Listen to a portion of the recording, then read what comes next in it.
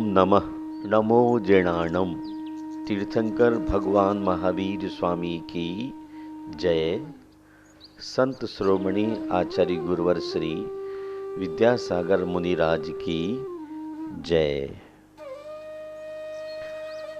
महानुभाव, सफलता का 10वां कदम है चीयरफुलनेस, प्रसन्नता। प्रसन्नता प्रकृति का अनुपम वरदान है, किंतु इसके साथ एक विचित्रता है। यह सबके लिए है, पर सब इसके लिए नहीं है।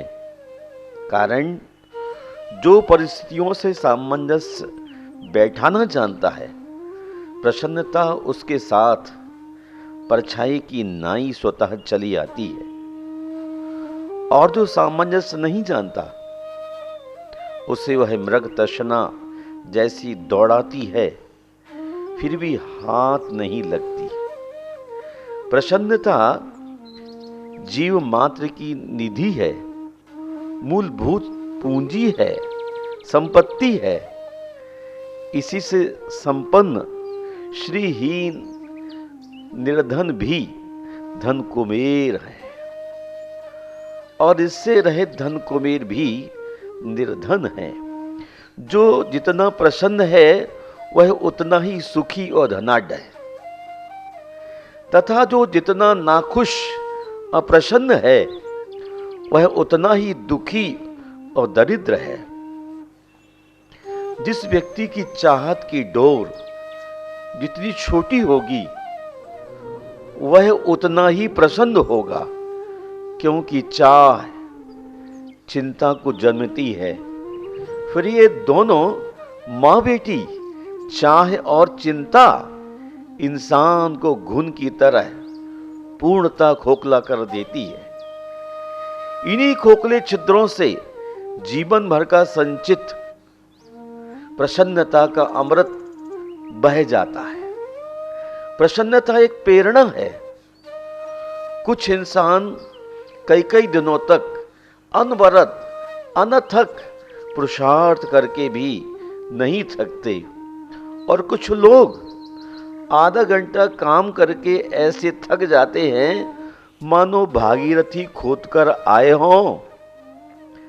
इन दोनों के पीछे प्रसन्नता और अप्रसन्नता कार्य करती है।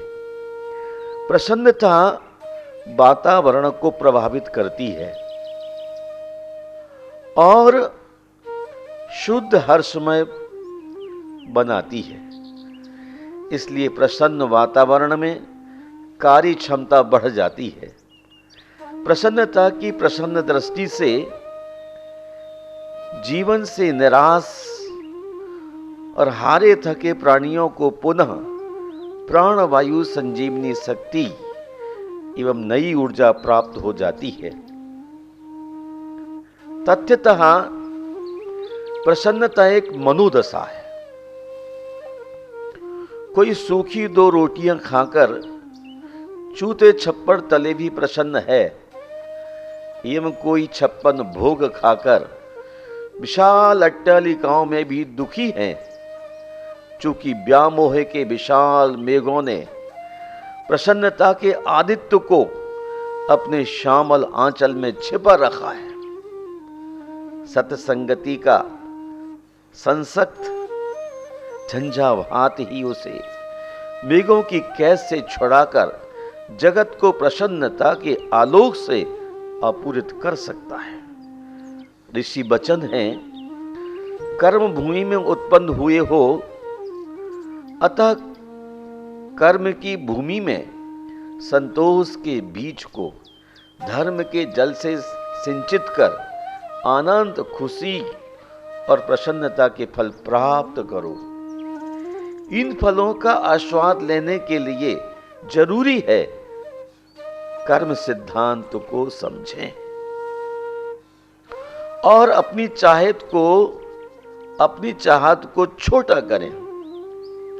प्रसन्नता का मूल मंत्र याद रखो, कृत में दक्षिणे हस्ते, जयो में सब अहितः। मेरे दाहिने हाथ में पुरुषार्थ है और बाएं हाथ में विजय। फिर परवाह किसकी?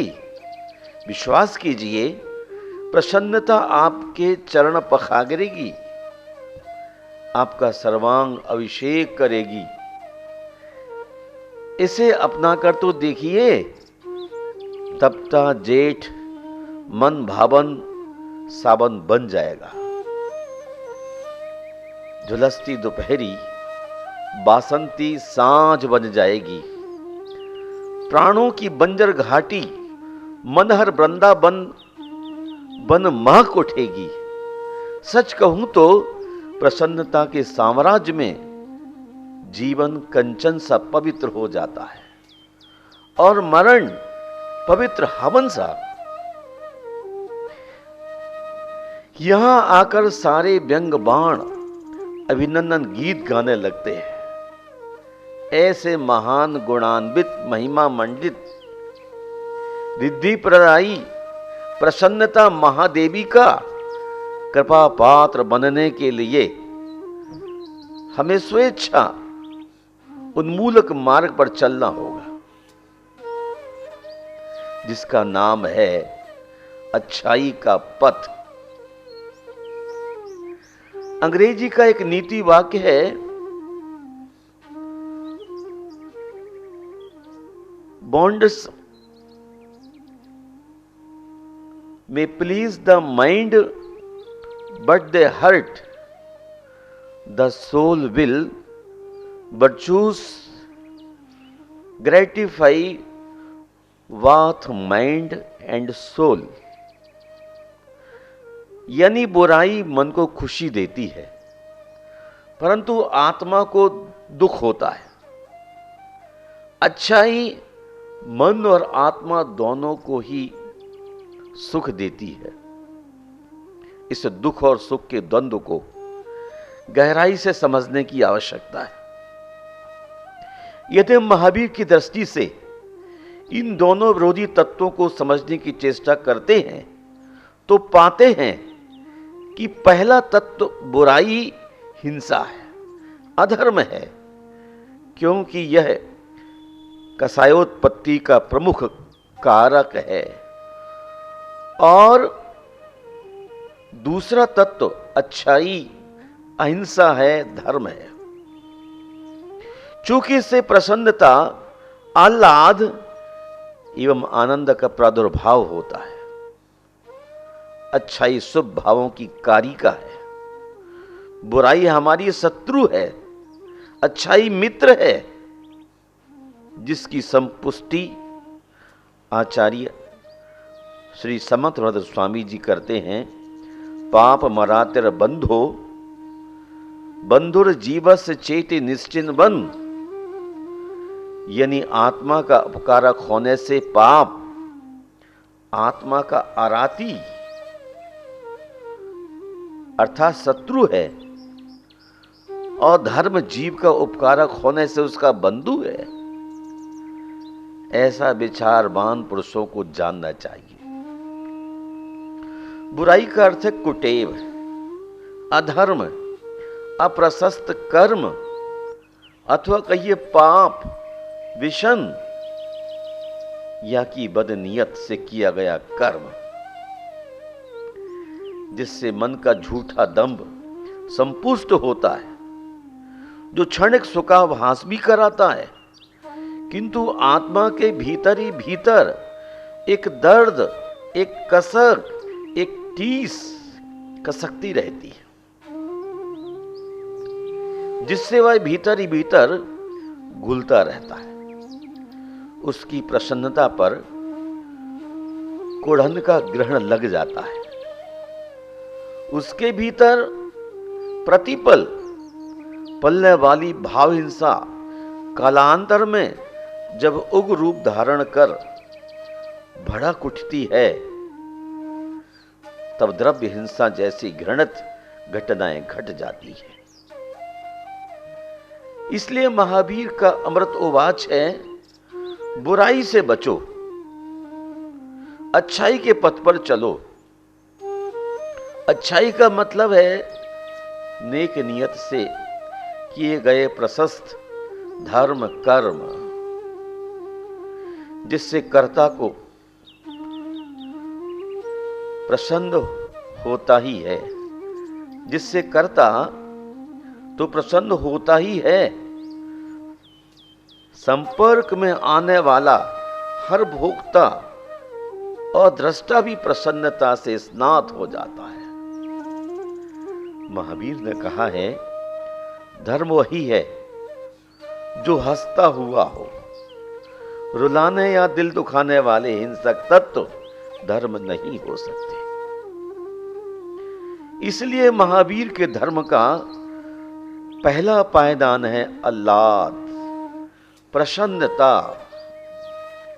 विविध प्रकार की सांसारिक एवं पारमार्थिक रिद्धियां सिद्धियां इसकी भगवती प्रसन्नता रूपी महारानी के महाप्रसाद से स्वयमेव ही पीछे पीछे चली आती है।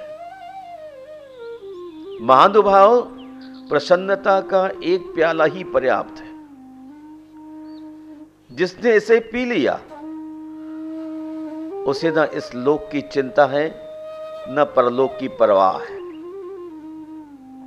प्रसन्नता स्वाश्रित है, पराश्रित नहीं है। अच्छाई का आनंद, प्रसन्नता का स्वाद हर व्यक्ति नहीं चख सकता। कोई बड़ा भागी ही इसका आस्वादी होता है।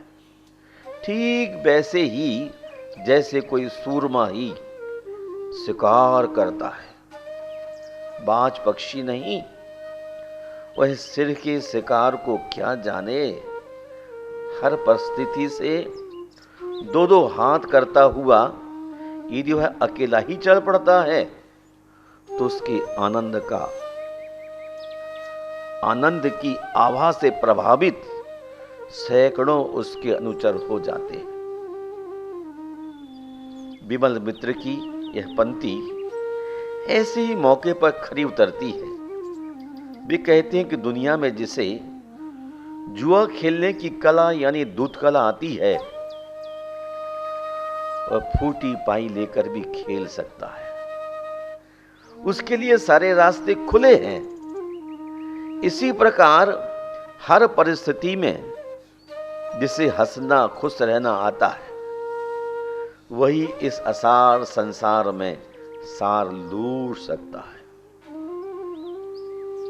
प्रसन्नता का प्रसाद तत्काल मिलता है। गम से मुक्ति, कर्म नजरा, कर्माश्रव का रुकना, प्रशस्त कर्मों का प्रतिबंध, प्रसन्नता का प्रसाद मैंने अपने जीवन में खूब चखा। दूसरे में भी उसका प्रतिफल देखा है।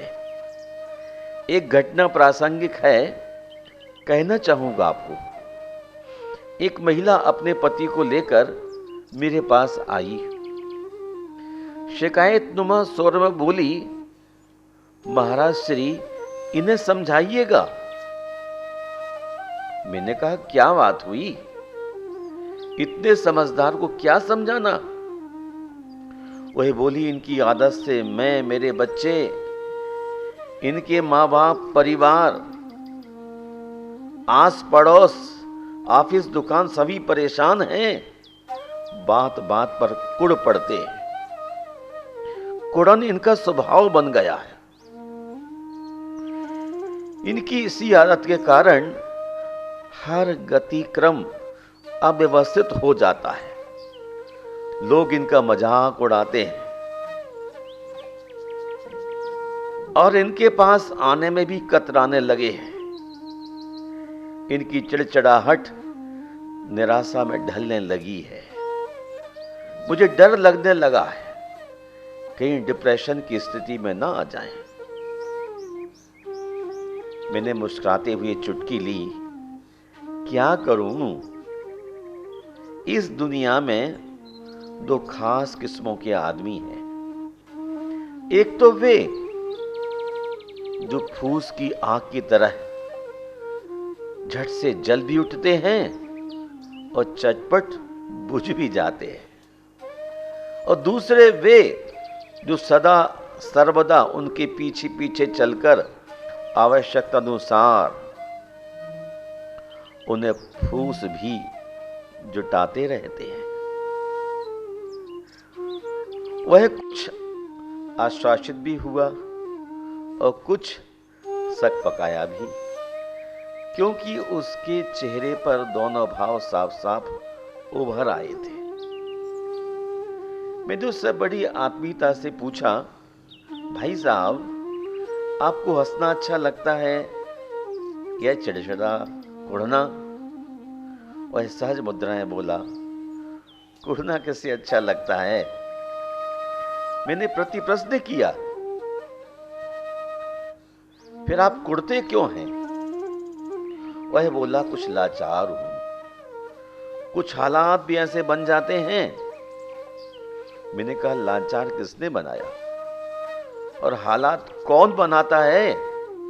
वह बोला, लाचार तो आदत से हूं और हालात लोग बना देते हैं। मैंने कहा, आदत किसकी है? बोला, मेरी। मैंने कहा, कौन बदलेगा? वही बोला, मैं ही। मैंने पुनः पूछा, कब बदलोगे? अब वह चुप था। मैंने उसे समझाया, आदत आपकी है, आपको ही बदलनी है, फिर देर क्यों? आप अपनी आदत बदल दीजिए, हालात स्वयं बदल जाएंगे। इस अनंत संसार में कभी निमित्तों की कभी नहीं होती। हर निमित्त से यदि कर्म बंद करोगे तो मुक्ति का रास्ता ही बंद हो जाएगा। मैंने उससे कहा, पूरी पृथ्वी पर कांटे कंकड़ पड़े हैं, क्या आप पूरी पृथ्वी पर झाड़ू लगवाओगे या उसे सोने से मड़वाओगे? बोला, इतनी मेहनत कौन करेगा, जूता पहनकर निकल जाऊंगा। मैंने उसकी बात काटते हुए कहा, जूता आप ही पहनोगे या आपकी पत्नी ही पहनाएगी? वह हंसने लगा। मैंने अपनी बात आगे बढ़ाई, जैसे जूते आप स्वयं पहनकर निमित्त और हालतों को बदल देते हैं, वैसे ही अपनी कुड़न की आदत को छोड़कर हंसने की आदत डाल दीजिए, सब कुछ बदल जाएगा। प्रारंभ में संभव न हो सके तो प्रतिकूलता से बचने के लिए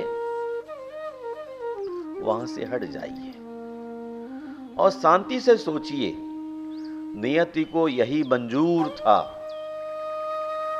और अपनी इस आस्था को इतना मजबूत कर दो कि तुम्हारे अंदर संशय का पखेरु पर भी न मार सके। इस आस्था का कर पकड़ तुम प्रसन्नता के शिखर पर चढ़ जाओगे। यह मेरा आपसे वादा है। जिस दिन आप प्रसन्न रहना सीख जाएंगे, आनंद और अच्छाइयां आपके घर बरस पड़ेगी। लोग तुम्हारी प्रशंसा करते नहीं थकेंगे, और वह मैं कोशिश करूंगा का आश्वासन देकर वह चला गया। एक वर्ष बाद वह जब अचानक मुझे पुनः मिला, देखते ही अभिवादन मुद्रा में चहक उठाया। मैं आश्चर्य पड़ गया, यह वही व्यक्ति है जिसकी सदा त्योरियां चढ़ी रहती थी, जिसकी मुद्रा पर कठोरता का पहरा लगा रहता था। आंखें अभिमान की भाषा बोलती थीं। मुझे असमंजस में पड़ा देख वह स्वयं कहने लगा, गुरुजी, यह आपकी दी हुई प्रसन्नता का फल है जो आज मैं इतना खुश हूं। मैंने 1 साल में प्रसन्नता की इतनी विपुल पूंजी संग्रहित कर ली है कि जीवन भर के लिए पर्याप्त है। मेरा वह जमाना बीत गया जब मैं नाशवान व बेजान वस्तुओं के पीछे इस जानदार बेशकीमती आत्मा को दुख पहुंचाता था। मैंने उसी दिन रात्रि में घर जाकर पलंग पर लेटे लेटे अपने हृदय की तख्ती पर प्रसन्नता की इबारत लिख दी, जिसे मैं रोज पढ़ता हूं, और अब शोक तथा शोक से उत्पन्न कुढ़न आदि सब कुछ भूल गया हूं। मुझे अविनाशी सौंदर्य, प्रसन्नता एवं उसके अर्जन का साधन अच्छाई यानी सत्कर्मों पर पूरी आस्था है, और इसी आस्था ने मेरी कुंठा को ही कुंठित कर दिया है। सच कहो मुनीश्री, जब से प्रसन्नता का गुलाब मेरे हृदयांगन में खिला है, और अब सारा जमाना मुझे मधुवन सा लगने लगा है। मैंने कहा, महानुभाव, प्रसन्नता का प्रताप ही ऐसा है, अभी इसका थोड़ा विस्तार और कीजिए। आपको लगेगा रोम रोम में चमेली खिल उठी है, सांस सांस में बेला महक रही है, पोर पोर से मालती की सुरभि झर रही है, और सारे अंग में जूही का मेला जुड़ गया है। आपके पग पग में मान सरोवर लहर रहा है,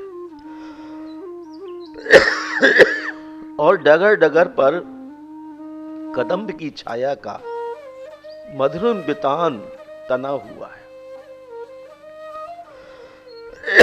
आपको लगेगा जिस जीवन को तुमने लोगों ने खंडर बना रखा था अपने क्रोधी स्वभाव के कारण, वह तो खूबसूरत राजभवन था।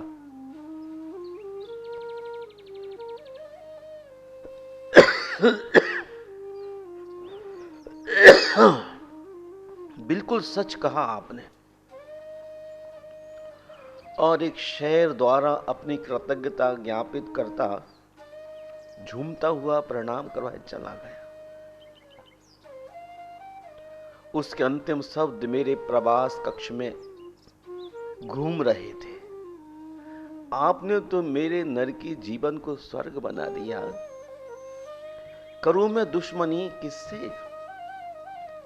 करूं मैं दुश्मनी किससे? कोई दुश्मन ही हो अपना। करूं मैं दुश्मनी किससे? कोई दुश्मन भी हो अपना।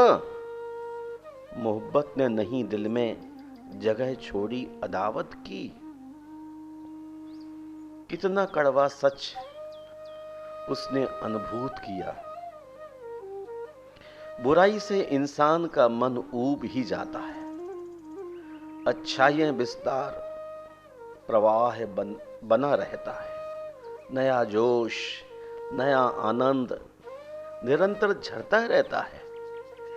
ठीक वैसा जैसा विजयात पर्वत के निर्झरों से सदा घृत दुग्ध झरता रहता है। बंधुओं, बुराई अल्पजीवी है, जबकि अच्छाई दीर्घजीवी। वह मरकर भी इंसान को जीवित रखती है। कहते हैं इमली के पात पर बारात का डेरा नहीं लगता। ठीक इसी प्रकार बुराई के घर में ना तो कोई धर्म बसता है और ना ही धर्महीन व्यक्ति सुख का मुख देख सकता है। श्री का मूल कारण है हंसता हुआ धर्म। प्रसन्नता नेक नियत एवं तज्जन्य सत्कर्म उसके सहयोगी स्रोत है।